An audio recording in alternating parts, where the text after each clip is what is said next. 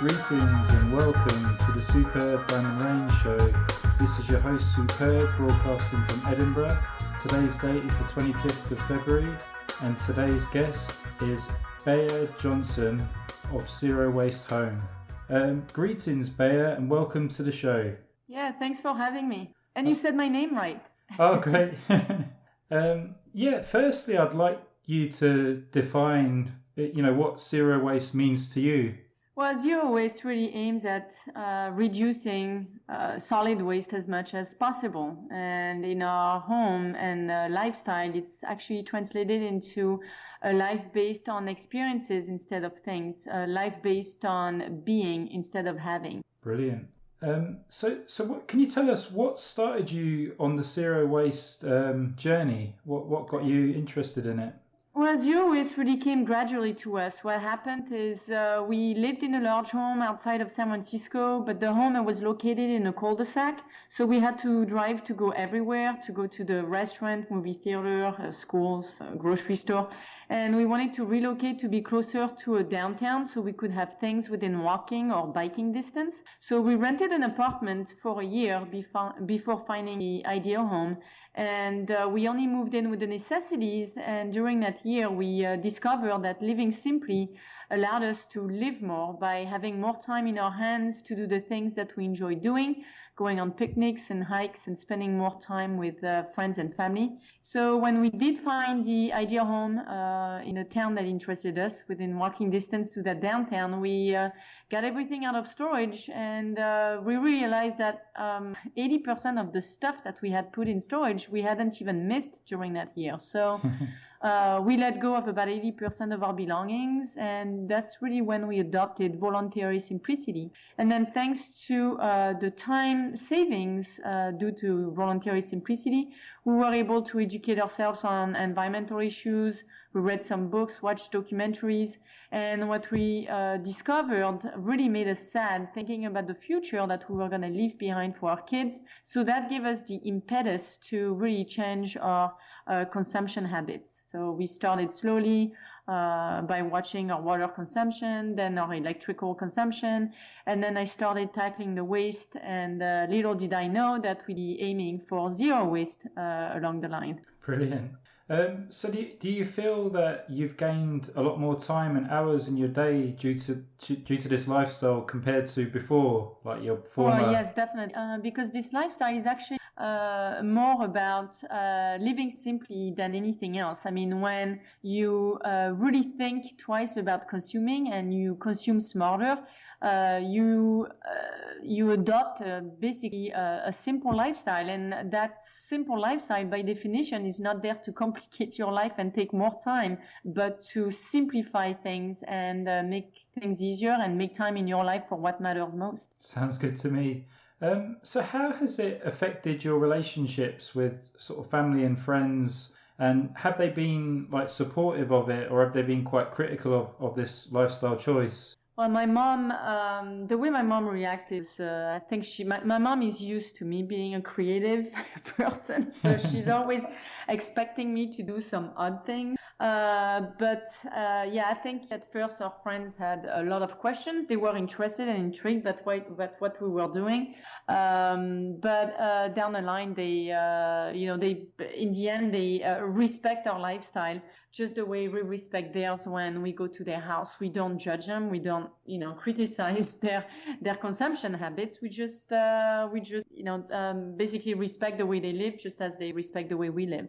Brilliant. I noticed that you talked in one of your videos about voting with your dollar. And can you just sort of give some examples of this? Because a lot of people that I talk to, I always sort of mention this to them a lot, that the things that you really despise, you support. So things like supermarkets that are really big. People always complain about how rubbish they are, but they keep shopping Exactly. there. I think people tend to wait for change to come from the government or manufacturers, but these two things are actually led by the consumers and the voters themselves, and those are us, and it's up to us to to ask for change by the way we consume. So buying is voting, because every time we buy, we have the power to support a practice that is either sustainable or unsustainable. Every time we buy packaging or we accept a plastic bag, it's a way for us to say, I love packaging and I love plastic bags, and I dream of a world filled with these things for my children. But when we buy in bulk and when we refuse plastic bags, then we're basically creating a demand for a different world, for a more sustainable world. So every time we buy, we really have a huge impact.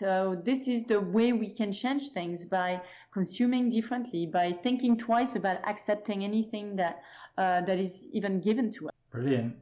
Do you feel much more on top of your sort of personal finances or your family's finances with this lifestyle, almost to the point where you've sort of given yourself like a pay rise, do you feel?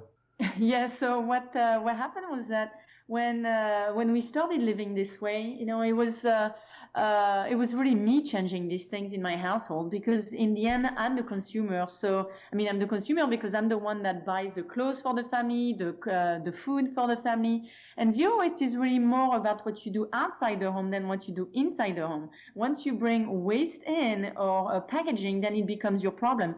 And if you consume differently, then you have the power to change the. So my husband was a bit concerned when I started with this lifestyle, because he saw that I was going to the health food store because that's where I could find bulk, Sure. and I was going to the farmers market. And he really was worried that all these things were costing us too much. And we started during the recession, and he told me, we can't afford to do this. And a bunch of people were saying the same thing on my blog. I have a blog called Zero Waste Home, and a book, by the way, under the same name. And people had the same concerns. They said, I just can't afford this lifestyle. It's got to cost too much. And so I encourage my husband to compare our bank statements between the zero waste lifestyle and the lifestyle before zero waste. And that's when he realized that we were saving 40% on our overall spending. This is due to the fact that, one, we consume way, way, way, way less than before. Today, we're happy with our inventory, with just the amount of stuff we have. We're no longer adding to our inventory. If we bring something in, it's only to replace something that needs to be replaced. So a food that needs to be replenished, a T-shirt that is too small, or a tennis shoe that has a hole in it. And when we buy that replacement, we either buy it in bulk, or if it's stuff, we buy it secondhand. Buying secondhand, by definition, costs less. And when you buy in bulk, you make an automatic 15% savings, because when you buy a packaged good, 15% of the price covers the cost of the packaging. So when you buy in bulk, you automatically basically save those 15%. Sure. And finally, we've replaced anything that's disposable for a reusable alternative. So we no longer buy, for example, paper towels, tissues, cotton balls, cotton pads, plastic wrap, wax paper, sandwich bags, freezer bags. The list is huge. But we have basically replaced all these products with reusable alternatives, which in the end have allowed us to accumulate savings over time. And they've even allowed us to install solar on our home, which saves even more. Brilliant. I've always been interested in that as well, the solar power. I read somewhere online that many of these big corporations produce nearly as much waste as they do products, almost 110 million tons annually in the United States alone. Any thoughts on that? What's going on with that? Yeah, I think the consumer tends to forget that. A lot of people see my lifestyle as being super green. We've never said, and actually people even think that we try to be the greenest family on earth. That's not the case at all. We've never said that. We just have applied, basically adopted alternatives that work for us and that are very easy and comfortable for us. Zero waste has been automatic since 2008. But people, yes, tend to think that, tend to forget what goes behind the manufacturing of all the products that they buy. And that's the beauty of living simply and adopting a zero waste lifestyle is that you're really taking a stand on that. When you buy secondhand, you're creating a demand for or you're encouraging the secondhand market, which is extremely important for the future of zero waste, and you're not creating so much of a demand for all the manufacturing, obviously, that goes behind those new projects. Sure. A couple of years ago in Scotland, and it's spreading throughout the UK and probably Ireland as well, but they introduced a 5p plastic bag tax, or money that would go to either the government or charities. And I was wondering if you thought that by charging for plastic bags, because before that it was always free, do you think this is like a good way to motivate people to get a long-lasting reusable bag to avoid paying the 5p charge? And do you think this is a good way to motivate people? So I have noticed because the plastic those plastic rules were actually implemented in France before they were in California, where I live. Okay. And I saw that whenever I went to France, it was very rare to see someone actually accepting a plastic bag. But I think it's also because French people are rather thrifty and they don't want to spend on a plastic bag, and they've learned to really remember to bring their own totes. In California, they implemented that rule just a couple of years ago, and I don't see it working as well as it did in France, and I think it's because people don't seem to care about spending 5 or 10 cents. Yeah, maybe true. it's because it's too young yet, too early to really know. Maybe they just haven't, people have not adopted change yet. Of course. But I definitely think that there is also something to be said about where it is implemented. If it's if it's a wealthy kind of area, people don't care about spending 5 cents. Sure. I actually would rather, if there is I prefer actual plastic bans because my family has eliminated plastic bags since 2008. Do we miss them? No, not at all. And so I believe that the whole world can do the same. Definitely.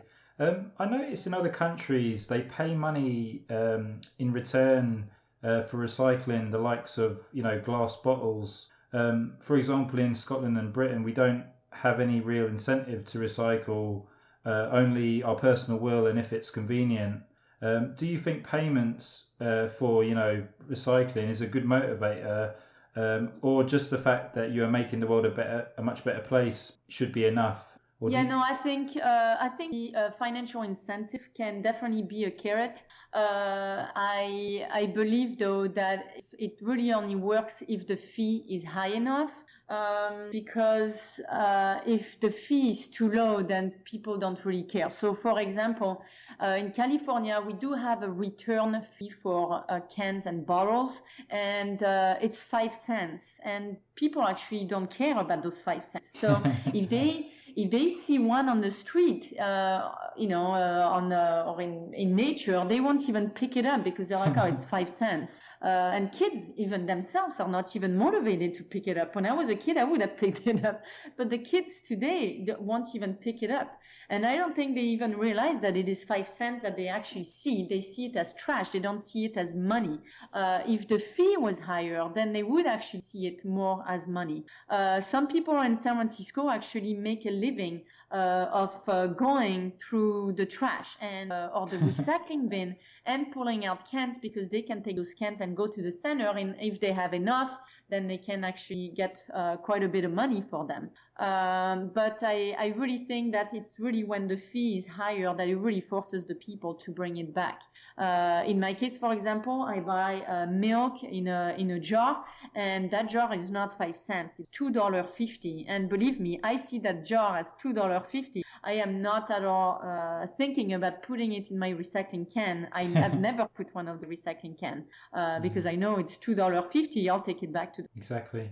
I mean, I remember being on a trip in Canada once, and I remember it was really easy to find, like, I'm not sure if it was like a quarter or a 5 cent or whatever, but they used to be sort of dropped a lot on the street or in shops because they didn't want to take the change.